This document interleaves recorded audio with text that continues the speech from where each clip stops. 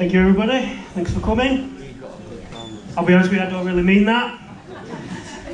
We should all just bought the tickets and just stayed at home because I'm shitting myself after just watching the last 3 in a row. But we are doing this for charity, so the charity I've decided to do this for is the British Heart Foundation. The reason I've chosen to do that is my dad sadly passed away a few years ago due to heart problems. Now, me and my dad, we did have a quite nice relationship together. You know, we used to work up and down the country, and my dad actually never used to call me by my real name. He used to call me Michael, he used to call me Marvin. And the reason he called me Marvin, he said I sound like the alien from the Bugs Bunny cartoons. You don't need to laugh at that bit, that wasn't a joke, that's quite hurtful. He also used to say to every single barmaid up and down the country that we saw that I had the world's smallest hands for any bloke he'd ever met. Now you're all looking at my hands, aren't you? It's quite nice. But since this is for my dad and my mum's in the audience as well, I thought I'd tell you all a nice family story. Hope you. So yeah, the story I want to tell you all is the holiday that we took to Spain when I was about 6 or 7 years of age. It was a lovely holiday. Did all the usual things that you'd all do. You know, go to the beach, play by the pool, go to restaurants.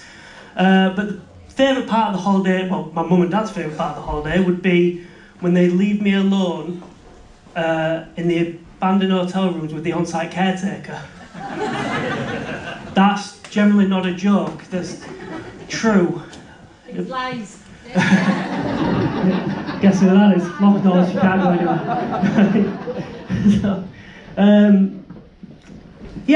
So just imagine that some person that you've never met before in your entire life comes and says, "Can I look after your son while you two lounge by the pool?" And you go, yeah, go for it. Have a blast. But I'll be honest with you, I do not know what happened to that blonde-haired, blue-eyed little boy in those rooms all those years ago. And if I did know, I would not cram those images down your throats. I'm not like Dave. Big Dave, to give him his full title. Anyway, that's his full name. So yeah, sorry.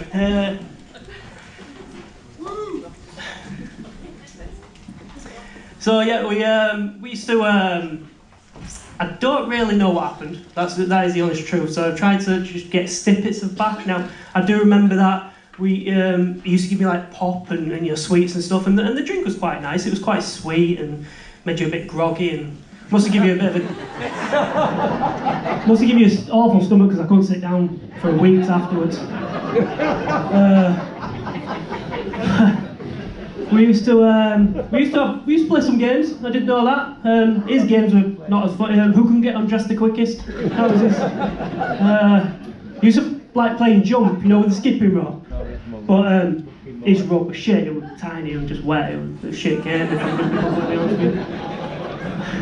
But it's had no lasting effects on me. So you're okay. I mean, there is one or two.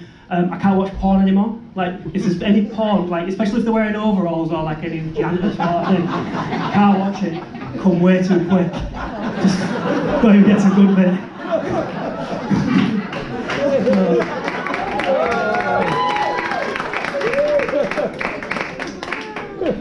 But yeah, you know, we used to have like, these little holiday, little catchphrases for each other, you know, that only me and him could say. Like, I'm trying to remember what they were like. Talking you dead, that was one of them, I think. But no, you know, one day, I think the memories will come back to me and I'll just be sat on the bed, just crying, just wondering, why? Didn't he keep in touch? But, you know, speaking of my wife, actually, she does remind me of Big David quite a bit, in all fairness.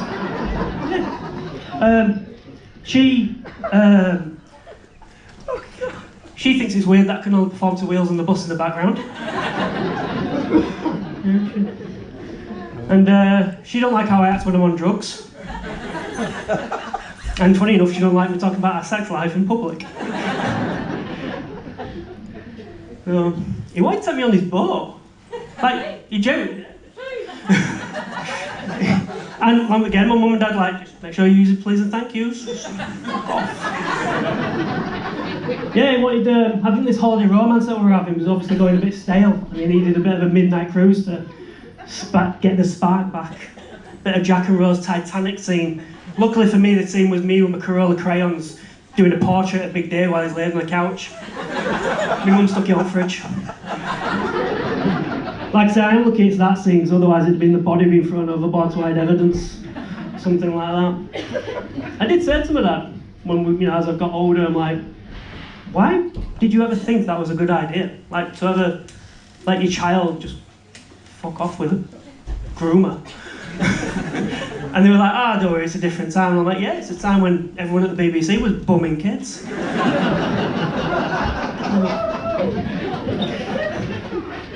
But I'm not gonna, people do say to me, they say, Michael, come on, what was the favourite part of the holiday? And I'll be honest with you, the home time was probably the best bit of that entire holiday.